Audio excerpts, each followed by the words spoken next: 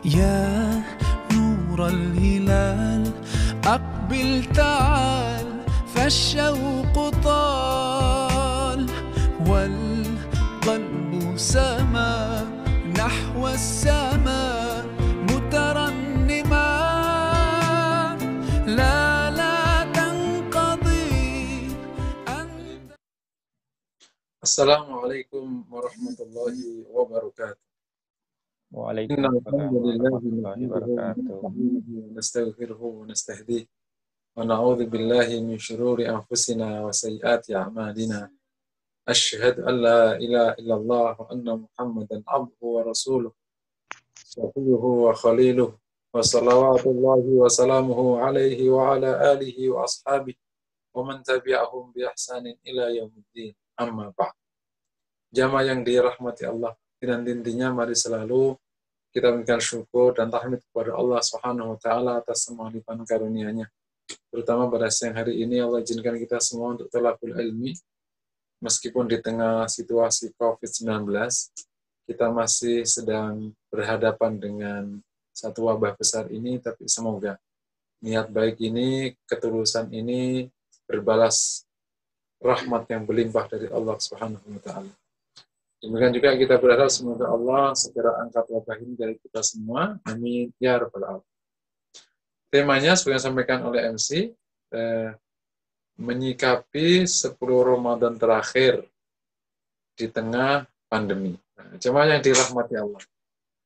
Mukmin diajarkan oleh Rasulullah bersikap cerdas. Alaika bil kayyis, kata Rasul. Engkau ini harus cerdas. Demikian juga kita mendapati beberapa kali Rasulullah SAW memberikan contoh konkret di mana tetap bisa mendapatkan satu kebajikan di tengah situasi sulit. Datanglah sejumlah orang yang katakan disebut orang fuqara dan masakin ke Rasulullah.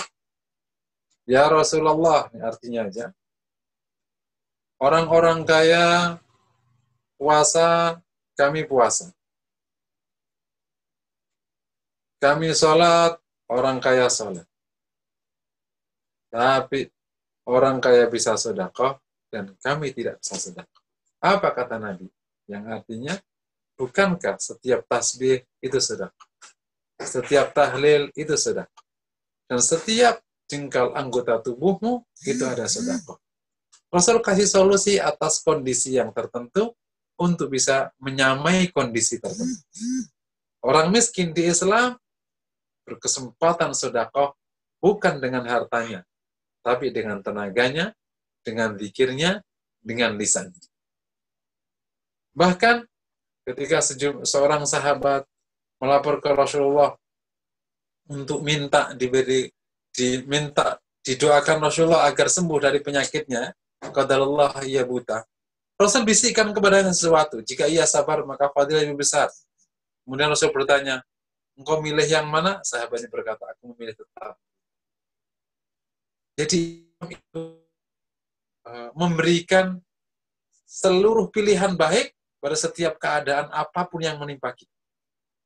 Makanya kalau orang yang nggak paham agama, orang komunis misalnya, mengatakan Islam itu kayak candu. Karena di Islam ini orang yang nggak punya bisa bahagia. Orang yang kena musibah bisa bahagia. Bukankah setiap musibah itu mengangkat satu derajat, menambah sekian pahala, dan mengampuni dosa? Ini adalah cara Islam memperlakukan umat manusia, karena manusia selalu mendapatkan satu di antara dua kemungkinan yang ada. Kalau tidak berlimpah kenikmatan, ya berarti sedang diuji.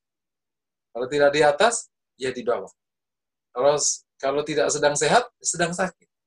Kalau orang bahagia dan hanya bisa berbuat baik dan bisa menjadi orang saleh, saat semuanya semua tercapai, saat bahagia, saat berlimpah, yang separuhnya nanti gimana? Tapi tidak, Islam ini selalu kasih kesempatan siapapun orang pada setiap keadaan dia bisa berbuat baik dan dia bisa bahagia. Termasuk yang sekarang menimpa kita semua. Jemaah yang dirahmati Allah. Gimana bisa menjalankan 10 Ramadan terakhir yang hampir-hampir semua riwayat itu menunjukkan dan bahkan semuanya bahwa Nabi itu i'tikaf di masjid. Sementara sekarang kita ini ada di rumah dan tidak mungkin i'tikaf kecuali memang sangat terbatas, memaksakan diri dan seterusnya. Jamaah yang dirahmati Allah, itulah gunanya kita belajar. Itulah gunanya kita berilmu. Ada sebuah riwayat dari Rasulullah SAW tentang seseorang yang setiap malamnya baca 1 hizib. Kemudian di salah satu malam, ia lupa atau karena halangan tertentu ia tidak baca Quran 1 hizib.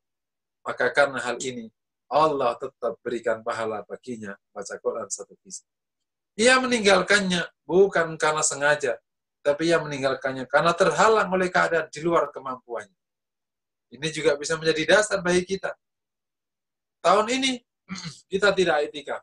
Bukan karena kita tidak ini i'tikaf. Karena insya Allah setiap tahun kita i'tikaf. Karena kita terhalang dari i'tikaf. Semoga Allah tetap berikan pahala kepada kita. Bahwa kita tahun ini i'tikaf. Bahkan 10 hari. Amin ya rabbal alamin. Jamaah dirahmati Allah. Ketika akhirnya kita menjalani 10 Ramadan terakhir. Yang setiap tahunnya gegap gempita dengan kebajikan. Karena ya'takifu fil ashir awakhir min Ramadan. Ia i'tikaf di 10 Ramadan terakhir. Dan ketika kemudian Aisyah bertanya kepada Rasulullah, "Ya Rasulullah, in ra'aitu lailatal qadri madza fa'altu?" Kalau saya melihat Lailatul Qadar, apa yang saya kerjakan, kata Aisyah. Rasul menjawab, "Quli Allahumma innaka afuwun tuhibbul afwa fa'fu anna." Bacalah Allahumma innaka afuwun tuhibbul afwa fa'fu anna. Yang artinya, ya Allah, Engkau Maha penghapus dosa.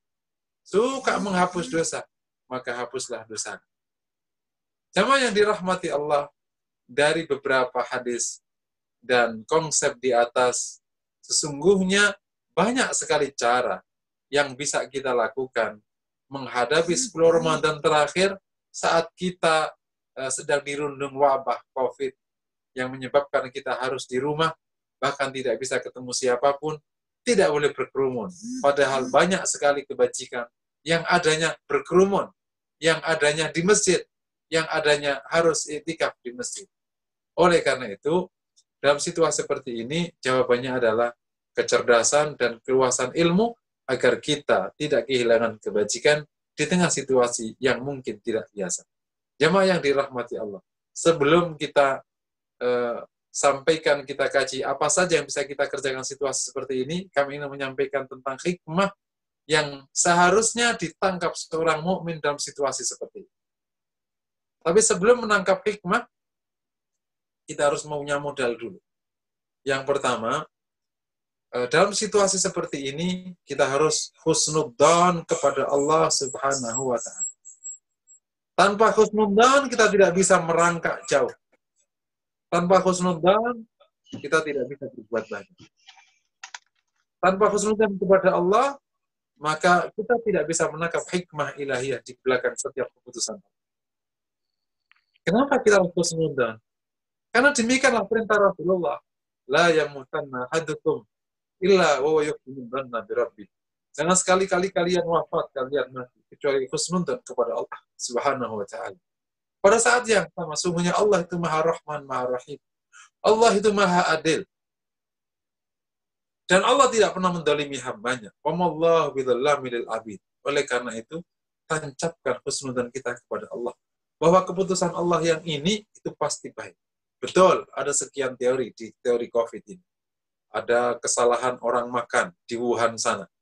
Teori kedua, teori tentang perang biologi. Teori ketiga, teori tentang berada di negeri Paman Sam sana yang memulai. Teori keempat, teori tentang depopulasi. Karena akan ada the new world order. Apapun teorinya, tetap saja yang terjadi itu keputusan Allah Subhanahu wa Ta'ala. Teori tetap teori sebagai sebuah alasan kita nanti menganalisis dan kemudian kita mengambil sikap. Tapi faktanya dan pada akhirnya keputusan Allah yang berjalan. Allah izinkan makhluk Allah yang namanya corona itu bertebaran. Kemudian menulari banyak pihak. Atas izin Allah. atas izin penciptanya. Dan ini pasti baik. Karena Allah tidak mungkin menzalimi hamba. Itu yang pertama. Dan ternyata, mulai 1, 2, 3, 4, hikmah mulai muncul.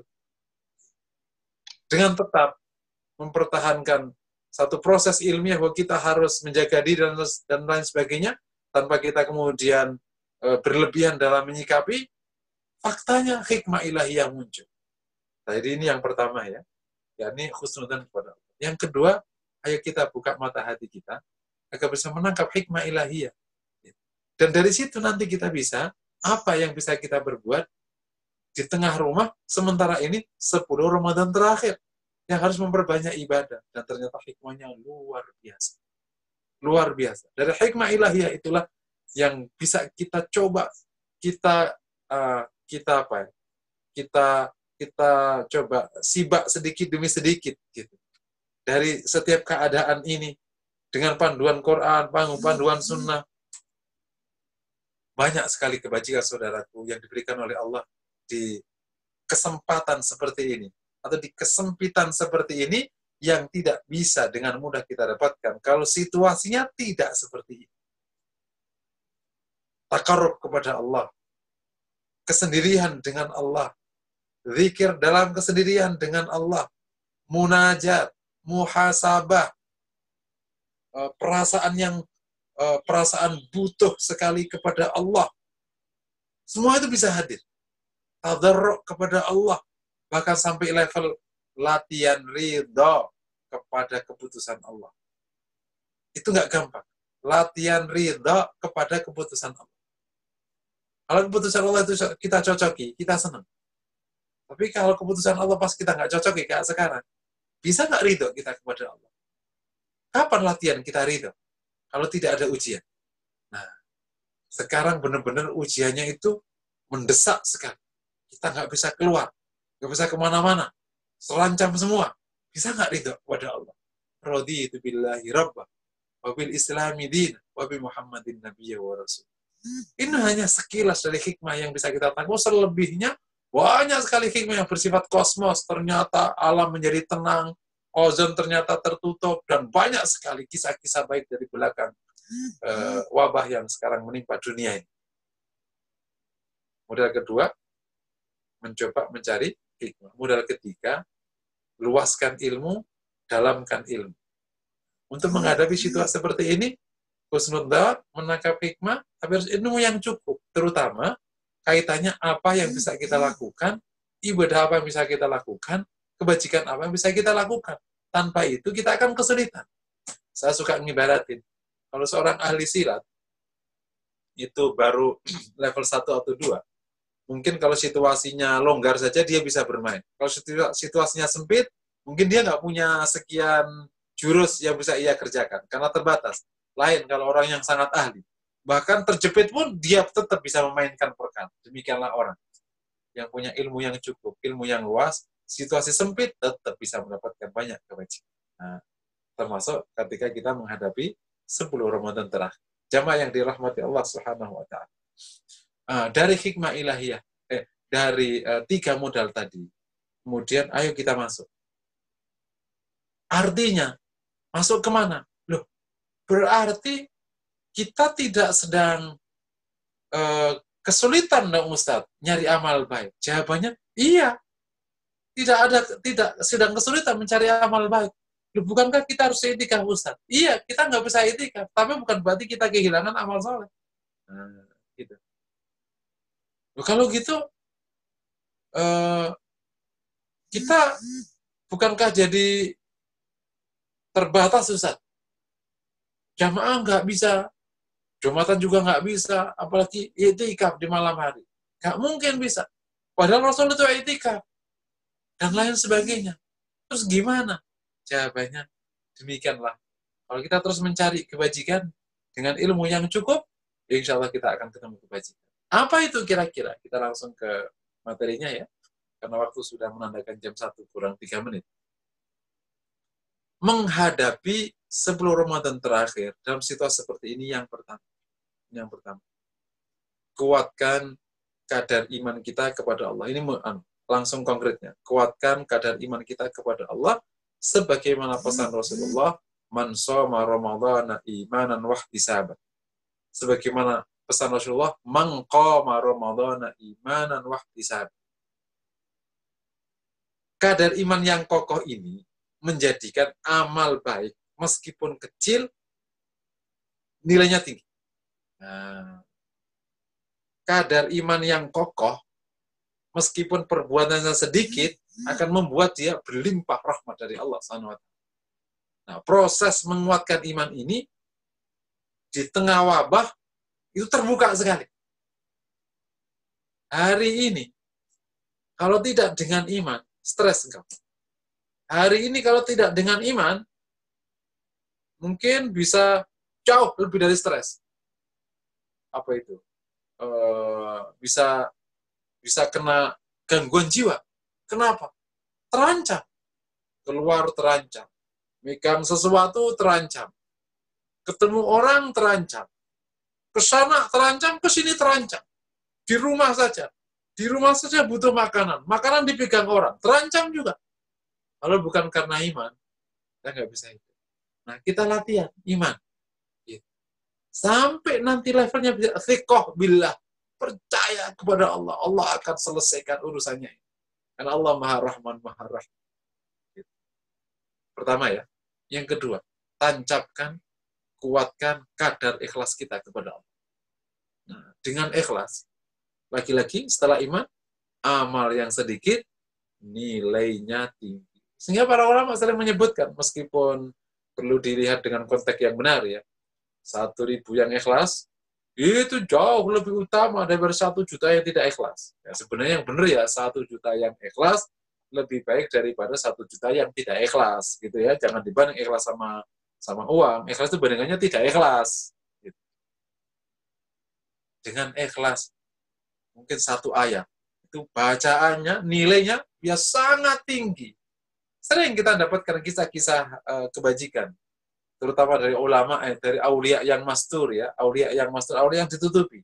Orang-orang baik yang Allah tutupi, yang tampak orang biasa. Dari mana biasanya? Dari kadar ikhlas. Orang ini biasa, sholatnya biasa. Mungkin sedekahnya juga sedikit, tapi kadar ikhlasnya ini yang membuat yang sedikit itu menjadi sangat tinggi nilainya. Masya Allah. Jadi dari sekarang, kuatkan kadar iman, kuatkan kadar, sehingga amal shoma Ramadan, qoma Ramadan itu nilainya tinggi. Nah, insya Allah ya. Kan insya Allah saum kita jalankan, qiyamul lail juga kita jalankan. Gitu. Setelah kita punya basis dalam menyongsong Ramadan ini, yang paling utama itu, yakni basis iman dan ikhlas, kita kuatkan basis ilmu. Nomor 3, supaya apa? Supaya pilihan-pilihan amal kita itu benar-benar sesuai dengan sunnah Rasulullah. Kesempatan diterimanya tinggi, karena cocok sama Nabi. Lain, kalau amal-amalnya keliru, ya akhirnya udah nggak banyak, keliru, ya udah. Meskipun sedikit, apalagi banyak, benar, insya Allah punya kesempatan diterima. Jadi, kuatkan iman, tancapkan ikhlas, dan pastikan ilmunya cukup. Nah, dalam 10 Ramadan terakhir ini, jika kita punya basis itu, insya Allah pilihan amal kita, apapun nanti, insya Allah ketemu baik. Amin ya rabbal alamin. Jadi apa saja Ustaz yang bisa kita kerjakan? Yang pertama, sebelum masuk yang pertama ya, sebenarnya jamaah yang dirahmati Allah, amalan Ramadan yang dikerjakan 10 Ramadan terakhir itu, sebenarnya kan semua amalan Ramadan yang biasa kita kerjakan sebelum tanggal 20 plus itikaf. Ya. Dan amalan Ramadan itu kan totalnya sekitar 9. Ini yang populer ya, tentu yang lain bukan berarti tidak penting atau tidak boleh, yang lain boleh. Tapi yang populer itu kan 9 amalan Ramadan itu. Kita hitung ya, yang pertama shaum, yang wajib. Kedua qiyamul lail. Yang ketiga apa? Taubat. Yang keempat, tilawah Quran. Yang kelima, zikir. Yang keenam, sedekah. Yang ke-8, thalabul ilmi. Kalau dulu zaman Rasul kan jihad. Sekarang ya paling mendekati ya thalabul ilmi atau dakwah. Thalabul ilmi wa dakwah ilallah. Yang nomor 8, i'tikaf. Ini yang nomor 8 ingat, i'tikaf. Terakhir nomor 9, doa. Ya, ini adalah amalan Ramadan yang paling dominan atau yang paling populer di samping amal-amal yang lain. Ya, kita di antara 9 ini yang tidak bisa dikerjakan saat kita COVID, cuma nomor 8, i'tikaf. Ya, katakan kita ikut aturan PSBB sehingga kita tidak perlu di masjid. Walaupun di masjid bisa mengadakan i'tikaf, tapi dengan syarat yang ketat, jumlahnya nggak banyak. Ya kan bisa kan, 2 orang di masjid kan jadi i'tikaf, tapi 2 orang aja. Atau 5 orang, tapi jalannya jauh-jauh. Makanya jadi masalah kalau nanti semua orang ikut, ya jadi perkara lagi. Akhirnya daripada itu, ya akhirnya tidak diadakan i'tikaf. 8-8-nya ini mesti dikerjakan semua. Dan 8-8-nya yang dikerjakannya sejak awal. Boleh di rumah, boleh di masjid. Tidak ada alasan kita tidak bisa berbuat. Karena dari 9 ini, itu hanya 1 yang tidak bisa dikerjakan. Antara yang 8 masih jalan semua. Termasuk ketika kita di rumah. Memang kelebihannya i'tikaf adalah ketika kita ibadah i'tikaf itu ibadah yang paling gampang. Karena sekedar badan kita ditaruh di masjid, itu sudah bernilai ibadah. Kalau baca Quran kan harus baca Quran. Kalau zikir kan harus zikir. Ngaji kan harus ngaji. Tapi kalau i'tikaf kan enggak. Sekedar badan kita ditaruh di masjid, kita ngapain, itu nilainya sudah ibadah. Itu kelebihan i'tikaf. Tetapi insya Allah, kalau tahun ini akhirnya kita tidak i'tikaf, dan tidak i'tikafnya kita tahun ini adalah karena udzur syar'i, sementara tahun-tahun sebelumnya kita i'tikaf, semoga Allah tetap catat kita dianggap i'tikaf di masjid 10 hari sebagaimana kebiasaan kita di setiap Ramadan. Dikiaskan dengan hadis Rasul tentang orang yang baca Quran 1 hizib sebelum tidur. Kalau menggunakan hadis ini, insya Allah kita punya harapan. Kita masih dianggap i'tikaf pahalanya, meskipun badannya di rumah. Oke. Jadi, 10 Ramadan terakhir, amalannya bisa semuanya, ditambah 1 i'tikaf makna. Atau insya Allah ditambah 1 pahala i'tikaf dengan izin Allah SWT. Tetapi, ternyata bukan hanya 9 ini, atau 8 plus makna i'tikaf yang kita bisa raih. Dalam situasi COVID ini, sungguhnya kita bisa mengerjakan hal-hal yang jauh lebih bermakna ketika hari-hari biasa, yang tidak bisa kita dapat di hari biasa, yang tadi sudah saya singgung di dalam hikmah ilahiyah di belakang wabah hari. Jadi, saya ulangi lagi, apa yang bisa kita kerjakan di 10 Ramadan terakhir? Jawabannya, seluruh amalan yang kita kerjakan sepanjang Ramadan, kita bisa kerjakan di 10 Ramadan terakhir, di malam-malam 10 Ramadan terakhir, termasuk malam-malam Al-Qadar. Ya, di samping saum, kita tuh bisa qiyamul lail, betul ya? Kita bisa qiyamul lail. Ya, ini perbuatannya langsung klop, 9, jadi 1. Ya. Apa yang bisa kita kerjakan? Seluruh amalan sepanjang Ramadan bisa kita kerjakan di 10 Ramadan terakhir, saat kita menghadapi malam-malam Al-Qadar. Apa saja? Saum, otomatis ya, itu kan siang hari. Kita bisa qiyamul lail. Tetap kan kita bisa qiyamul lail, dan kabar baiknya. Qiyamul lail Rasulullah SAW sendiri itu lebih banyak di rumah daripada di masjid. Gitu. Kan yang di masjid cuma 3 hari. Gitu. Sebenarnya cuma sekali kan. Cuma sekali, kemudian sahabat ikut, terus sahabat Rasul tetap, yang ketiga tetap, yang keempat Rasul udah nggak mau keluar lagi. Karena khawatir diwajibkan. Kemudian dihidupkan kembali oleh Umar, setelah tidak ada kekhawatiran diwajibkannya sholat tarawih itu. Jadi kalau melihat contoh Rasul, sebenarnya sholat malamnya Rasul, ya di rumah. Gitu. Kalau kita mau agak sedikit bermain dalil, tidak kalah utama sebenarnya. Sholat qiyamul lail di rumah itu nggak kalah utama. Apalagi qiyamul lail berjamaah dengan keluarga. Nggak kalah utama sebenarnya. Ya memang ada keutamaan masjid. Gitu. Bukan berarti nanti kalau kita sudah normal, kemudian kita sholat di rumah, ya enggak. Kalau normal ya kita menggunakan fatwa hukum norma. Karena ada kebajikan di luar, yakni syiar, jamaah yang banyak, kemudian dakwah, macam-macam. Jadi mukmin itu memang dalam setiap keadaan itu dapat gain gitu. Waktu normal ya dapat gain, waktu kayak gini gain. Nilainya mirip-mirip. Namun piawai kan cerdas kan diajarkannya. Pertama tadi apa? Qiyamul lail, di samping saumnya. Kedua apa? Taubat. Loh, taubat di rumah bisa. Gitu. Bahkan bisa jadi dalam kesendirianmu itu taubatnya lebih baik daripada taubat rame-rame. Waktu terbuka masjid, apakah kita bisa taubat rame-rame? Kan enggak, taubatnya di rumah juga. Jadi kita bisa taubat di malam-malam itu. Yang keempat atau yang ketiga ya. Kita bisa tilawah Quran. Bisa nggak malam-malam tilawah Quran di rumah? Bisa. Nomor 4. Zikir. Bisa nggak? Bisa zikir.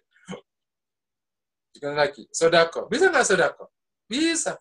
Kalau dulu sodako memang harus datang ke orang yang menerima. Sekarang sodako pakai handphone online. Jadi malam itu sodako sekian. Jadi amal soleh. Berikutnya nomor 6. Apa kita? Tolabul ilmi. Ini bisa tolabul ilmi kita.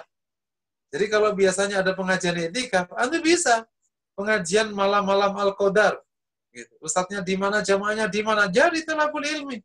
Nggak kurang cara orang mukmin itu. Apa? Laginya? Doa sudah. Jadi semua bisa dikerjakan.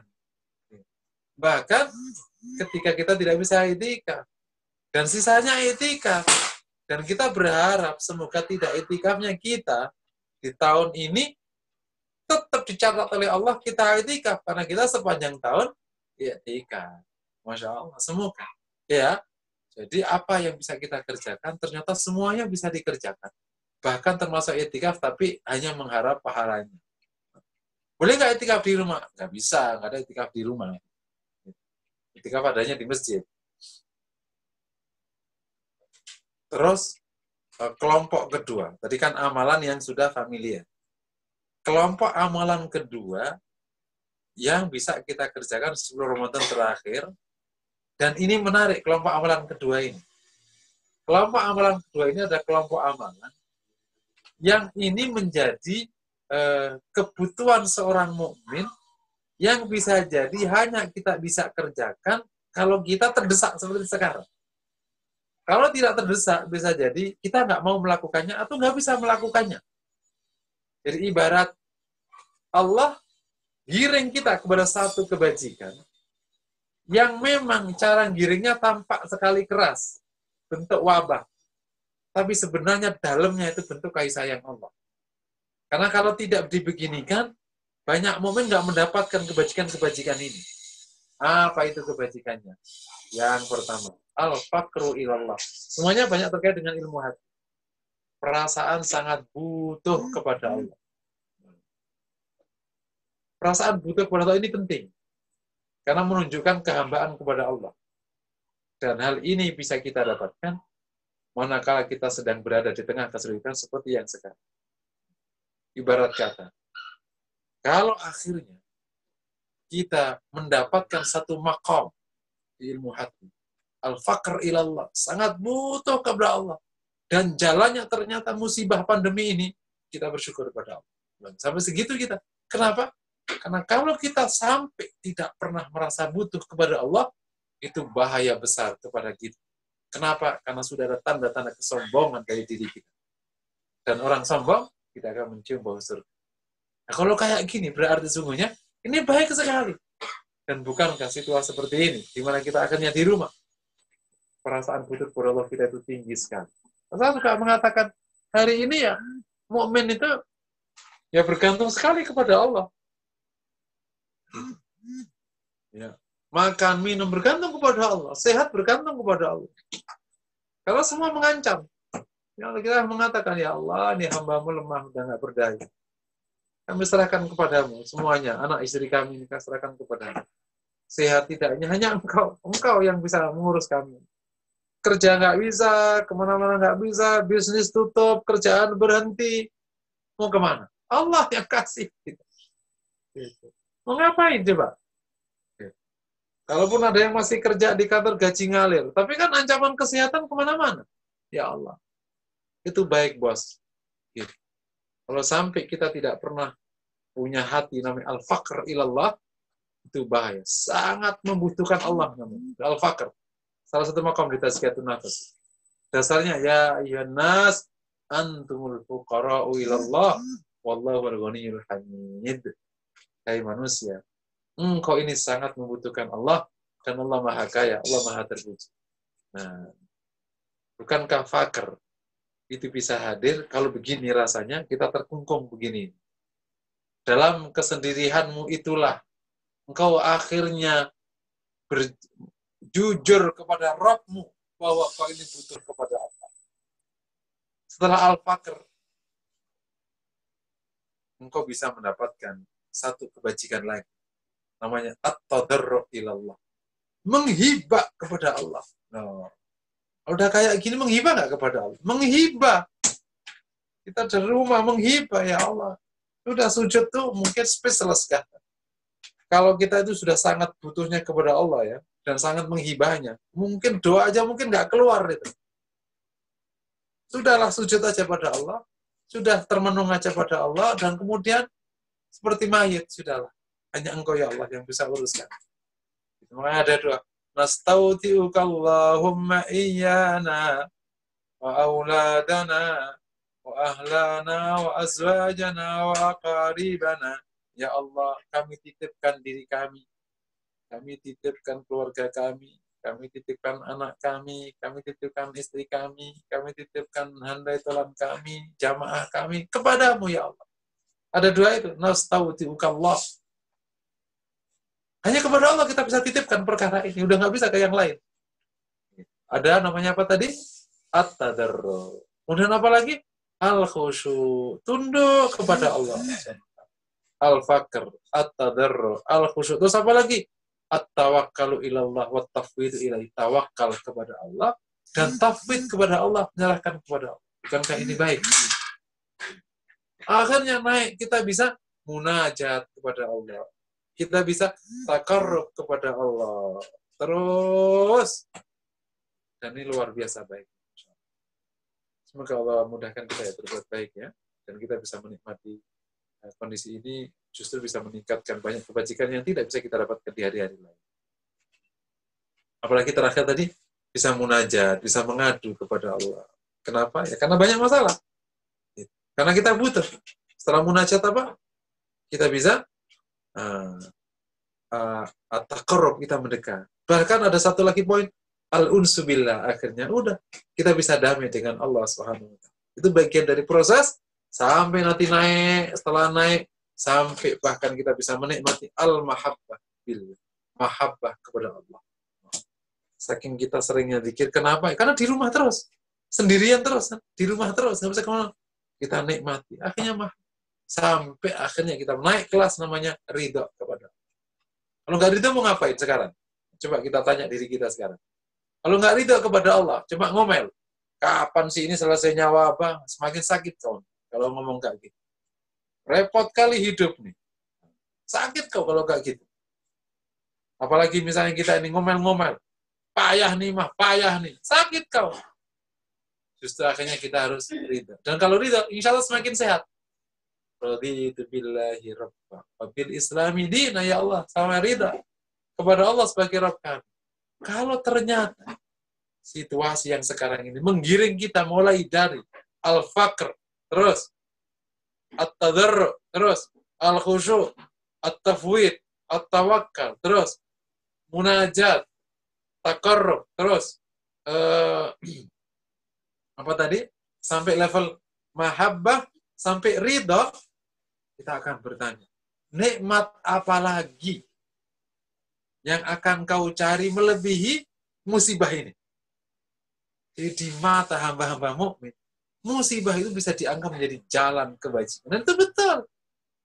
Bukankah Nabi Yusuf dijalankan oleh Allah menuju kekuasaan lewat jalan yang terjal, dibenci oleh keluarganya, dimasukkan ke sumur, diambil seorang pedagang, dijadiin budak, bersih tegang dengan raja, mendapatkan cinta istri raja, jadi fitnah pada dirinya, dijebloskan penjara, baru jadi raja atau jadi penguasa. Kesimpulannya, kalau kita mau buat ilustrasi, enak mana kakaknya Yusuf yang tidak pernah mendapatkan masalah itu dan tidak jadi penguasa, atau Yusuf yang punya masalah bertubi-tubi tapi ujungnya jadi penguasa. Masya Allah. Betul kan? Jadi jalan terjal itu ternyata hasilnya baik. Bukan berarti kita ini mengada-ada atau kita mencoba menjustifikasi masalah. Tapi demikian cara orang mukmin. Nah, nanti kalau Allah sudah hilangkan wabah ini, kita akan berpikir lagi normal. Kita akan baik saat wabah, baik pula saat tidak ada wabah. Ajaban ni amril mukmin. Inna amrakullahu khair. Mengagumkan hidupnya orang mukmin. Semuanya itu baik. Walaysa dzalika illa lil mu'min, dan itu tidak terjadi kecuali bagi orang mukmin. Jamaah yang dirahmati Allah. Jadi kelompok amalan yang kedua itu kelompok amalan hati. Yang nanti antum implementasikan lewat qiyamul lail. Implementasi lewat zikir. Implementasi lewat taubat. Implementasi lewat tilawah Quran. Tadi ada taqarrub, ada munajat, ada al-unsu billah, ada at-tadarru, ada al-faqr. Dan lebih daripada itu ternyata dalam kesendirian itu ada satu amal yang paling utama, yang fadilahnya besar pula waktu hari mahsyar. Sabatun yudilluhumullahu yawma la dilla illa dilluh. Salah satunya rajulun dzakarallaha fi madrajatihi fafadat ainah. Ada 7 golongan yang mendapatkan naungan dari Allah saat tidak ada naungan kecuali naungan dari Allah. Salah satunya adalah seorang laki-laki yang zikir dalam kesendiriannya, kemudian ia meneteskan air matanya. Nah, jamaah yang dirahmati Allah. Di malam-malam i'tikaf, bangunlah malam. Oke? Zikirlah dalam kesendirian. Kalau i'tikaf bisa sendiri nggak? Nggak bisa. Gitu. I'tikaf punya fadilah. Tapi zikir kesendirian punya fadilah. Ambillah ini. Karena engkau tidak bisa mengambil sana, ambillah ini. Saat kau ngambil sana, kau juga tidak bisa ngambil ini. Nah, jadi Allah selalu kasih kebajikan bagi orang mukmin dalam setiap keadaan. Zikir dalam kesendirian. Ini kelompok yang kedua, zikir dalam kesendirian. Jadi kalau apa?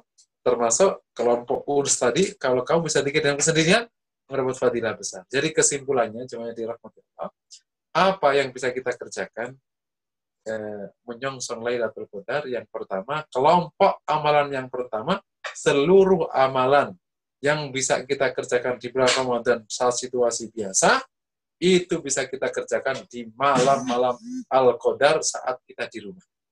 Kecuali itikaf, dan itikafnya kita harapkan kepada Allah, semoga kita tetap dikasih pahala itikaf, meskipun badan kita tidak masjid, karena kita sudah menghidupkan malam hari dengan cara lain.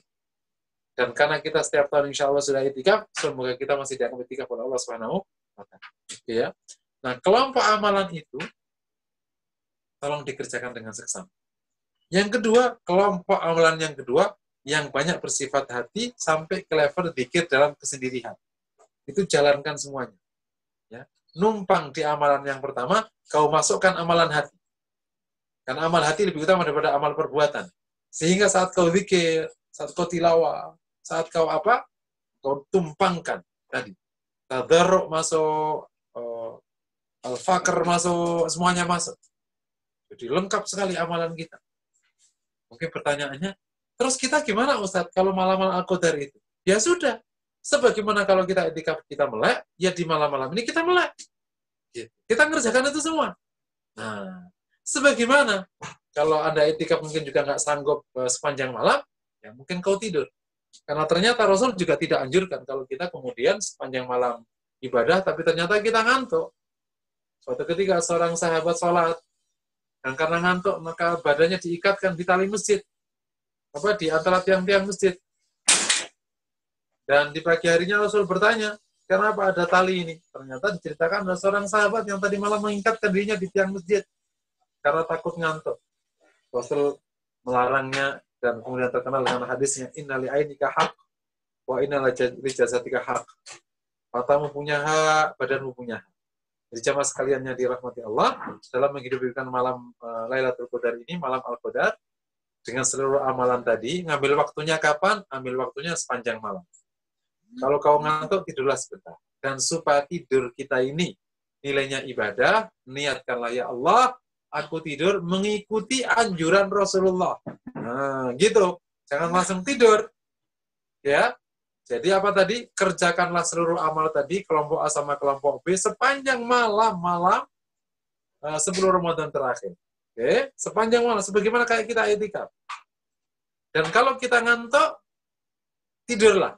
Dan niatkanlah untuk mengikuti perintah Rasul. Ya Allah, aku tidur, ikuti perintah Rasulmu. Karena kami tidak boleh ibadah saat kami ngantuk. Karena khawatir kami tidak tahu apa yang kita baca. Sementara kita ingin memujimu, tapi ternyata kita salah ngomong, malah kita menghinakanmu, ya Allah, kami tidur. Dan mohon bangkitkan kami, mohon bangunkan kami beberapa saat lagi. Nah, gitu.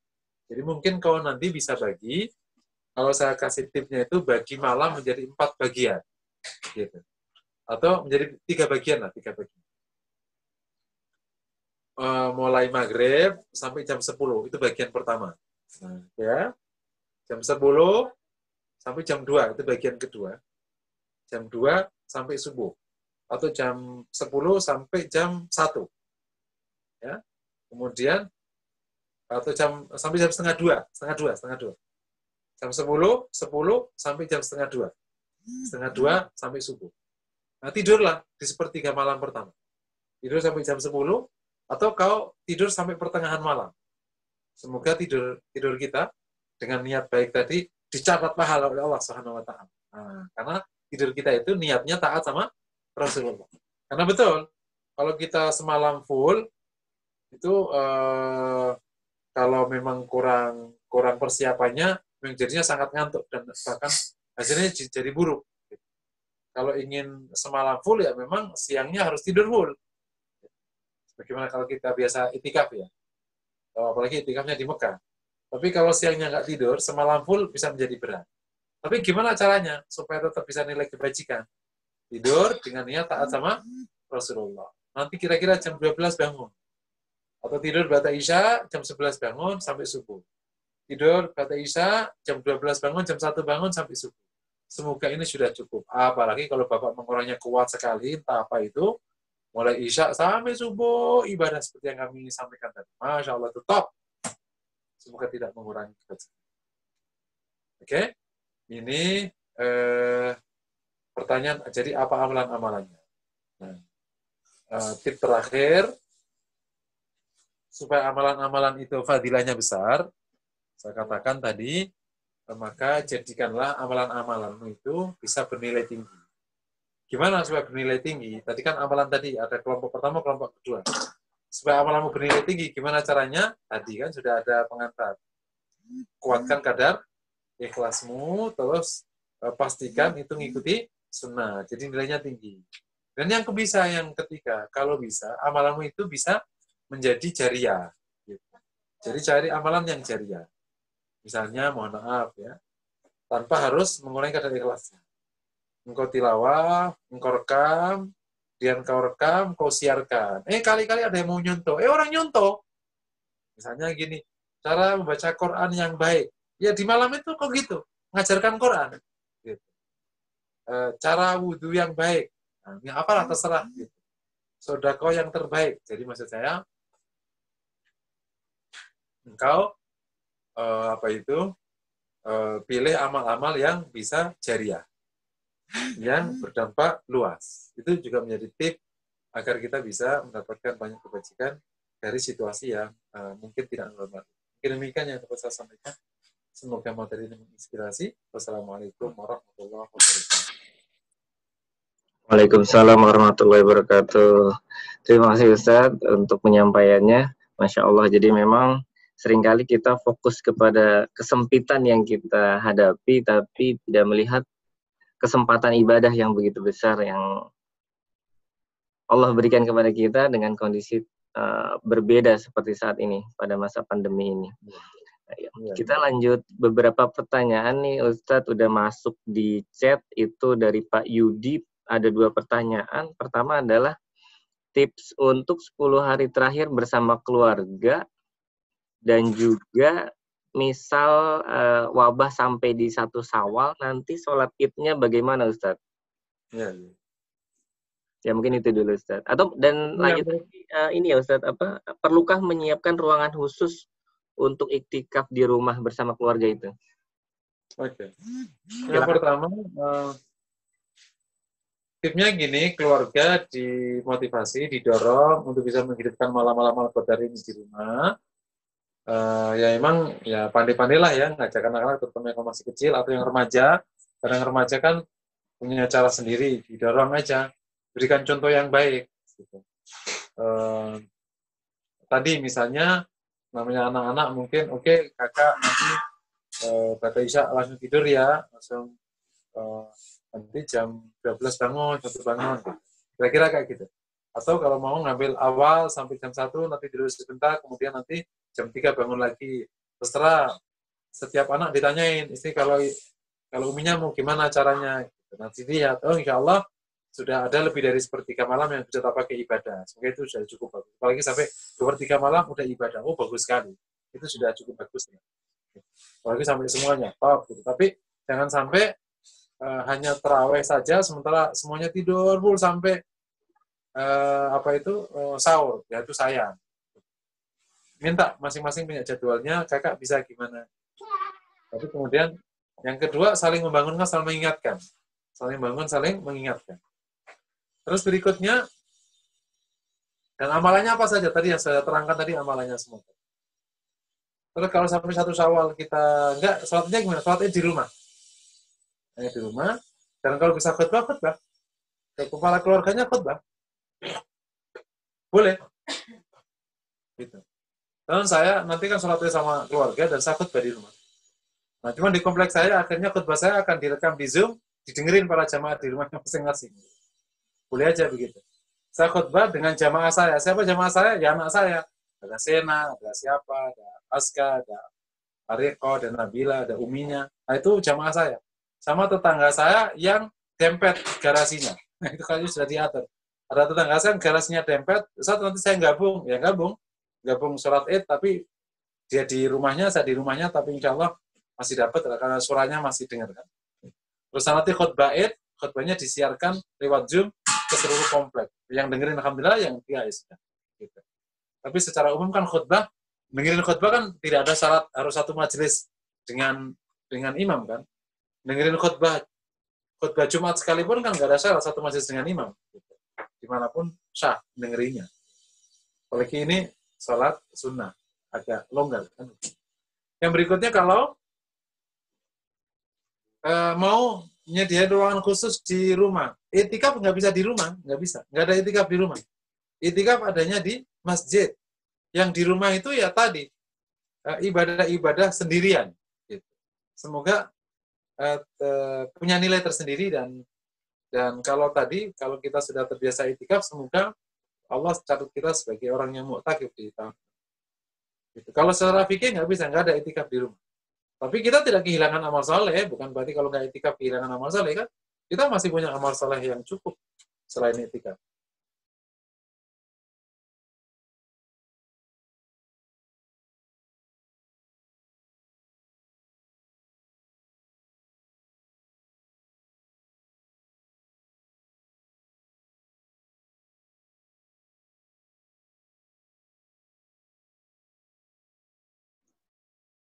Ya, gimana Ustadz? Suaranya menghilang.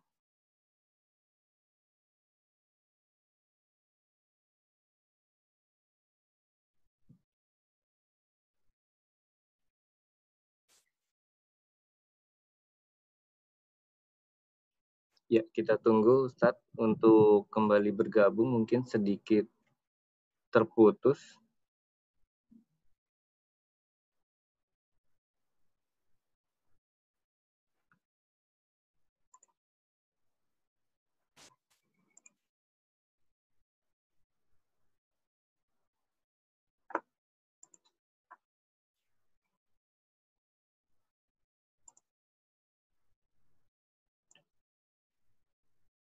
Tanya siapa, Pak?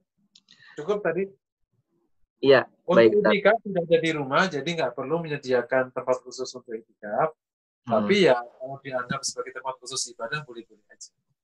Nah, selain itikaf, fokus amal yang selain itikaf tadi, dan insya Allah itu ada kebajikannya yang tersendiri. Insya Allah bisa kita tutup dengan yang lain-lain. Insya Allah. Siap. Tapi tadi ada harapan kalau kita sudah istiqomah itikaf, Allah catat kita itikaf, insya Allah. Amin, insya Allah. Baik Ustadz, ini ada 3 pertanyaan lagi yang seru nih Ustadz. Ini mungkin pertanyaannya juga mungkin banyak muncul di sosial media. Di sini ada yang menanyakan, kalau mall itu banyak yang buka, jalanan masih ramai, masih banyak yang ke kantor, tapi ke masjid dilarang. Bagaimana tanggapannya Ustadz? Iya, ini sebenarnya yang benar kan semua dilarang. Jadi yang benar itu kan semua bentuk kerumunan dilarang. Bahwa dalam implementasi itu tidak pas, itu bab implementasi. Kalau ulama tuh gini kan, sebenarnya kan bukan masalah iri-irian nih akhirnya. Jadi bukan iri, ini kan bab tentang gimana kita bertindak benar. Jadi dalam pemaparan saya ke banyak jamaah, kalau masjid aja sudah memutuskan untuk meninggalkan kerumunan, maka mall juga harus meninggalkan kerumunan. Lebih karena tidak lebih steril dan lain sebagainya. Nah, bahwa faktanya orang pada melanggar ke mall dan melanggar ke kantornya, tapi pada taat ke masjid, itu bab yang lain. Gitu. Tapi bagi tapi kalau akhirnya kita ikut-ikutan tidak safety, ini menjadi buruk karena jamaah kita bisa menjadi korban, kan? Ibarat kata kalau dalam konteks membangun peradaban, masjid telah mengambil peran benar untuk menjaga manusia, menjaga umatnya, gitu. supaya aman. Gitu. Bahwa kemudian yang dijaga ini nggak merasa dijaga, malah dia ngawur di mallnya, urusan dia. Gitu. Tetapi harus diakui bahwa dampak dari fatwa ini, kebijakan ini kan masjid akhirnya sepi dan tutup. Yang bisa jadi memiliki dampak terhadap syiar agama. Itu diakui. Dan itu tidak mustahil harus dipikir, tidak mustahil menjadi bagian dari proses yang bisa jadi sudah dipikirkan oleh semua orang yang terlibat. Cuman antara dampak buruk syiar dengan dampak buruk masalah kesehatan dan terancamnya nyawa, kita pertimbangkan ini. Makanya akhirnya saya selalu bilang, karena syiar offline, ingetin ya, syiar offline itu terhalang, maka kita harus mengembangkan syiar online. Gitu. Dan ini merupakan kebajikan berdiri sendiri. Yang bisa jadi kaum muslimin nggak fokus online kemarin-kemarin, sekarang harus fokus online. Gitu. Sekarang kaum muslimin harus fokus mengembangkan dakwah media, kebajikan lewat media. Nah gitu. Wallahu a'lam bishawab. Ya, Ustaz, memang memilih untuk bersikap yang benar ya, Ustaz. Dan juga ya, bukan berarti kita ikut bersikap tidak benar karena orang lain tidak benar, kan nggak begitu cara berpikirnya. Misalnya ada orang bersikap tidak benar, ya udah karena kamu nggak benar, aku ikut nggak benar, kan nggak begitu. Yang benar ini lockdown, bukan PSBB kalau kita bicara idealnya. Lockdown, yang benar. Nah, kalau sekarang malah udah aut-autan sekarang, nggak jelas ini kasusnya. Siap. Selanjutnya Ustaz, ada pertanyaan. Kalau di Syawal itu kan biasanya kita silaturahim ke sanak saudara, ke kerabat.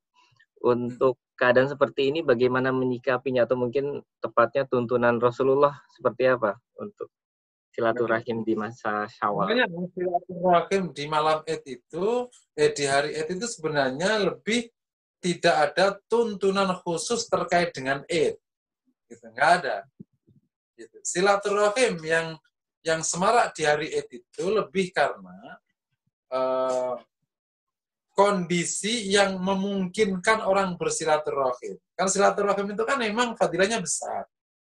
Dan itu nasnya kuat. Tapi sebenarnya tidak terkait dengan Idul Fitri. Jadi kalau seandainya ada orang di Idul Fitri nggak silaturahim, itu nggak melanggar agama. Tapi ya tapi ya tidak silaturahim gitu ya. Tapi bukan berarti akhirnya melanggar sunnah. Kenapa? Karena silaturahim itu sebenarnya ibadah berdiri sendiri, nggak ada kaitannya dengan Idul Fitri. Kemudian secara budaya menggema, seluruh kaum muslimin termasuk negara-negara Islam yang lain menggema. Kenapa ya? Karena kan ada perasaan bahagia habis puasa, kemudian ada makan-makan, ya udah sekalian kita ketemu sekalian. Udah terus sekalian. Jadilah silaturahim, terus akhirnya lahir budaya mudik, pulang kampung dan seterusnya. Dan seakan-akan itu menjadi satu paket ibadah Idul Fitri. Padahal sebenarnya bukan satu paket, itu paket yang berbeda. Nah, sekarang kalau kita menjalankan silaturahim di musim COVID kayak gini bisa pakai online kan? Gitu. Dan saya udah ikhtiarkan itu. Saya udah niat nanti hari pertama saya akan buka Zoom dengan keluarga saya, terus Zoom dengan teman-teman, dengan jamaah. Saya udah niatkan gitu. Nanti makannya masing-masing bareng-bareng di rumahnya masing-masing kan seru kok. Bapak Ibu, kita ya sekarang open house dengan Ustadz. Silakan diminum tehnya, Gitu kan? Silakan dimakan. Kalau perlu kita kirim makanan tapi pakai online kan bisa. Kita kirim lontong sayur ke tetangga yang satu dengan sayur sama aja kan boleh. Insya Allah safety masih aman kan, sama-sama sehat kan, nggak sakit kan. Nah, akhirnya kita makan lontongnya tetangga. Habis itu Bapak Ibu, sekarang kita silaturahim ya, gimana kabarnya? Kita makan lontong bareng-bareng kan? Bareng-bareng di waktunya, tapi tempatnya nggak sama, gitu doang kan? Baik. Saya meskipun generasi kolonial ya, bukan milenial, saya udah familiar banget dengan situasi ini. Mungkin kalau setiap hari akhirnya online ya. Ya. Karena setiap hari itu bisa 4 kali kan online, 4 kali. Belum lagi yang rapat-rapat. Jadi ya. Baik Ustadz. Lalu ada pertanyaan mungkin ini untuk bapak-bapak, banyak yang gusar nih Pak Ustadz. Udah 2 bulan kami tidak sholat Jumat di masjid. Bagaimana menyikapinya? Apa bisa sholat Jumat di rumah bareng keluarga Ustadz? Pertanyaannya seperti itu. Kalau Jumat ini memang kita juga sedih sekali ya, tidak bisa Jumatan hampir 2 bulan. Tapi ya karena udzur syar'i, insya Allah maafu ya, Allah maafkan kasus ini. Dan kalau Jumatan di rumah juga tidak diizinkan. Meskipun memungkinkan kalau secara fikih madhab. Kalau kita bicara fikih madhab itu, Jumatan yang mensyaratkan 40 orang itu kan Imam Syafi'i ya. Dan mensyaratkan di satu kampung harus ada 1 masjid, itu Syafi'i ya. Madhab yang lain, boleh 1 kampung 2 masjid. Jumatan berdua, bertiga, boleh. Sebenarnya kalau mau Jumatan di rumah, sebenarnya kalau secara fikih memungkinkan. Cuman mungkin ini kalau diangkat kan menjadi perdebatan panjang kan, karena masyarakat itu tidak semuanya siap. Oleh karena itu MUI mungkin memilih fatwa tidak Jumatan daripada Jumatan di rumah masing-masing. Karena khawatir kalau nanti Jumatan di rumah masing-masing akan menjadi presiden buruk, begitu COVID hilang, tetap aja nggak ada Jumatan di masjid, Jumatan di rumah masing-masing kan jadi perkara. Iya. Tapi kalau seandainya ada 1-2 orang nanya, ya mungkin aja. Saya Jumatan di rumah. Siap. Itu dengan ada jamaahnya ya, mungkin punya anak balik 1, itu cukup misalnya. Baik, mungkin terakhir nih Ustadz ya, dari Mas Tansil itu menanyakan, sudah qiyamul lail tarawih dan witir di malam hari, kemudian bangun lagi untuk malam tahajud, apakah itu dicontohkan oleh Rasulullah? Kalau bentuknya gitu ya enggak, Rasul enggak gitu, kalau dicontohkan kayak gitu. Tapi perbuatan itu boleh, dasarnya tidak selalu diperbuat Rasul. Ingat ya, dalam kita berpikir agama, perbuatan itu boleh, tidak selalu dasarnya Rasul melakukan. Karena untuk menjadi boleh, dasarnya bukan hanya perbuatan Rasulullah, tapi bisa jadi pernyataan Rasulullah. Bisa jadi dalil umumnya Quran. Bisa jadi qiyas. Bisa jadi qaulus sahabi, dan lain sebagainya. Kalau Rasul qiyamul lailnya nggak begitu. Rasul qiyamul lailnya kan bukan kayak kita siang, awal, terus tidur. Enggak. Rasul Qiyamul Lail seperti yang diceritakan Aisyah, ada 3 riwayat kalau tentang Qiyamul Lail Rasulullah itu. Dan itu tidak terkait Ramadan atau non-Ramadan, memang begitu Rasulullah. Cuman khusus Ramadan pernah kejadian Rasul sholat malam di masjid itu, kemudian para jamaah ikut. Gitu. Kemudian kok sekarang kejadiannya di awal, karena untuk mempermudah. Kalau aslinya kan bukan awal sebenarnya. Qumil laila illa qalila nisfahu aw inqus minhu qalila aw zid alaihi qur'ana tartila. Gitu. Separuh malam, sepertiga malam tambah sedikit. Jadi ada 3 riwayat. Rasul itu bangun pertengahan malam, ada yang menyebutkan bangun agak kurang sedikit atau setelah sedikit. Dan kalau melihat hadis Aisyah, hadis Ibnu Abbas, ya Rasulullah SAW itu sholat malam, termasuk di Ramadan ini, itu setelah melewati pertengahan malam. Riwayatnya itu kan pertengahan malam, atau ditambahin sedikit, atau kurang sedikit. Ditambahin sedikit berarti kurang pertengahan malam, jadi agak awal, atau kemudian nambah, berarti agak sepertiga malam yang agak ke sana. Gitu. Nah, kalau kayak gitu berarti, kalau untuk mau ngikuti, kecuali yang yang malam itikaf ya, yang malam itikaf kan Rasul memang itikaf, itu tidak, Rasul duduk di masjid kan. Kemudian artinya Anda bisa sholat malam dari sejak jam 12 misalnya sampai subuh, sampai menjelang sahur, gitu. Karena nanti Rasul itu kemudian sahur kemudian Rasul istirahat sebentar, kemudian baru sholat malam.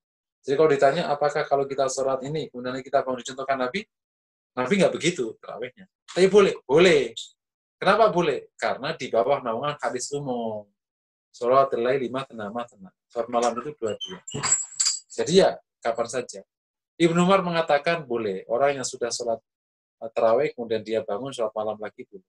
Fatwanya Ibnu Umar. Dan karena ini kaitannya dengan ibadah, sementara itu pernyataan sahabat, maka fi hukmil marfu. Urus sahabi bisa menjadi dasar hukum. Wallahu a'lam. Tapi nggak perlu witir lagi kalau sudah witir tadi di awal. Wallahu a'lam. Baik, terima kasih Ustadz atas penjelasannya. Alhamdulillah, kita sudah menunjukkan jam 1.46, melebihi waktunya, tapi teman-teman antusias Ustadz, jadi banyak yang bertanya. Insya Allah mudah-mudahan menambah ilmu kita. Kan ngaji online nggak berkurang Insya Allah. Iya.